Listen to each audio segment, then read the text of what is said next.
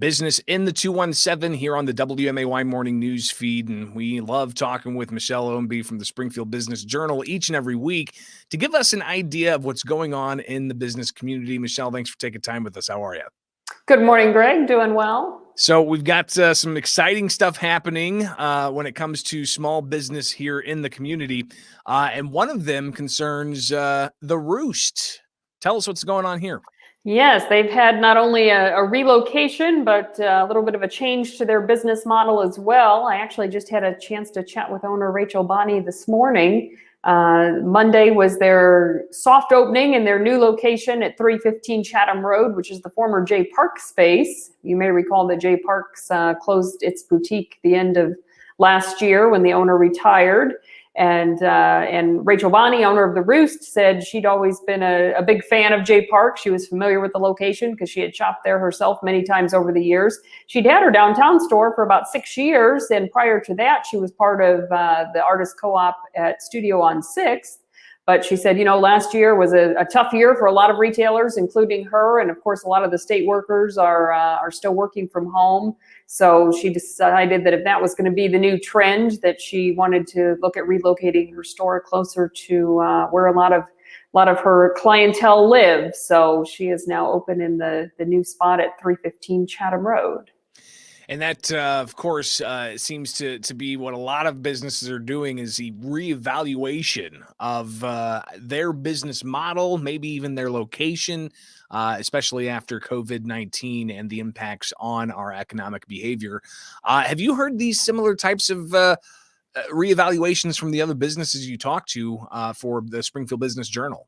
Yeah, absolutely. I think we're going to see a lot of adjustments continuing and some tweaks along the way. A lot of offices, of course, are deciding that perhaps they no longer need such a large space if they're going to move to a hybrid model, or perhaps even allowing some workers to continue to work remotely for more or less the permanent future. And then, of course, retailers, restaurants, all the service industries that support those businesses and office workers are going to have to make some adjustments as well.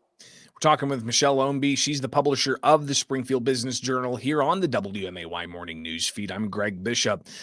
So small businesses here in Central Illinois, we love hearing about those independent businesses, but we also like knowing what the big guys are doing. And every once in a while, you see a new construction going on somewhere, and you might look at the building and say, that kind of looks like a Starbucks.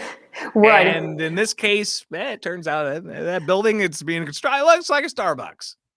Yes, if it walks like a duck and quacks like a duck, it's probably a duck. Or Starbucks. Yes.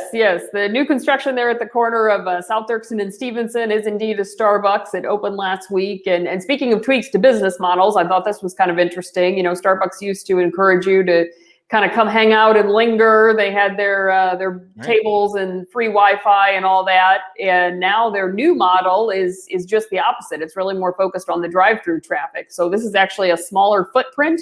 This is the 6th freestanding Starbucks in Springfield, but smaller footprint because there's more emphasis on the drive-through, getting people in and out. And there's also a building permit on file now for Starbucks for downtown. It appears that they are returning to the Wyndham at City Center. You may recall they closed the Starbucks there a couple years ago, and then for a while they've been off, having an off-name coffee shop there. And of course, with COVID, they closed the food and beverage service entirely at the Wyndham. So Starbucks is now getting ready to return there as well. So people still like their coffee. That's one habit that has not changed. No, not at all. Regardless of the pandemic, I think people still needed their cup of joe in the morning. We're talking with Michelle Ownbey. She is publisher of the Springfield Business Journal. This next story, I think, is pretty exciting because it's a small independent business that got some help from the Illinois General Assembly from a law that passed. Tell us about Whimsy Tea and, I guess, the evolution of this business. Yeah, this is really a great Springfield success story. As you mentioned, Whimsy Tea started out as a farmer's market vendor just a couple years ago, the Old Capitol Farmers Market, and then also offering their products online. The next step was they took part in the Co-Starters program. It's a husband and wife, Gordon Davis and his wife, are the ones that operate it, and they've got some adult children that also help out in the business.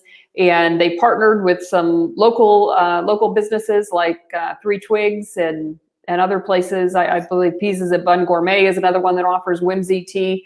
But then just last year, actually during the middle of the pandemic, which was a little odd, they opened their brick and mortar location. But, Gordon told me at the time that sales were actually up. I guess in addition to coffee, people still like their tea, pandemic or not. So things were still going well for them, and they opened a brick and mortar location on East Adams, kind of right in the heart of that farmers market area where they had started as a vendor. But now things are going so well that they've expanded. They decided to stick with East Adams, and they moved just down the street to a spot at 316 East Adams. So as of last week, they are operating out of a new, larger location. They've added a seating area and been able to expand their product line.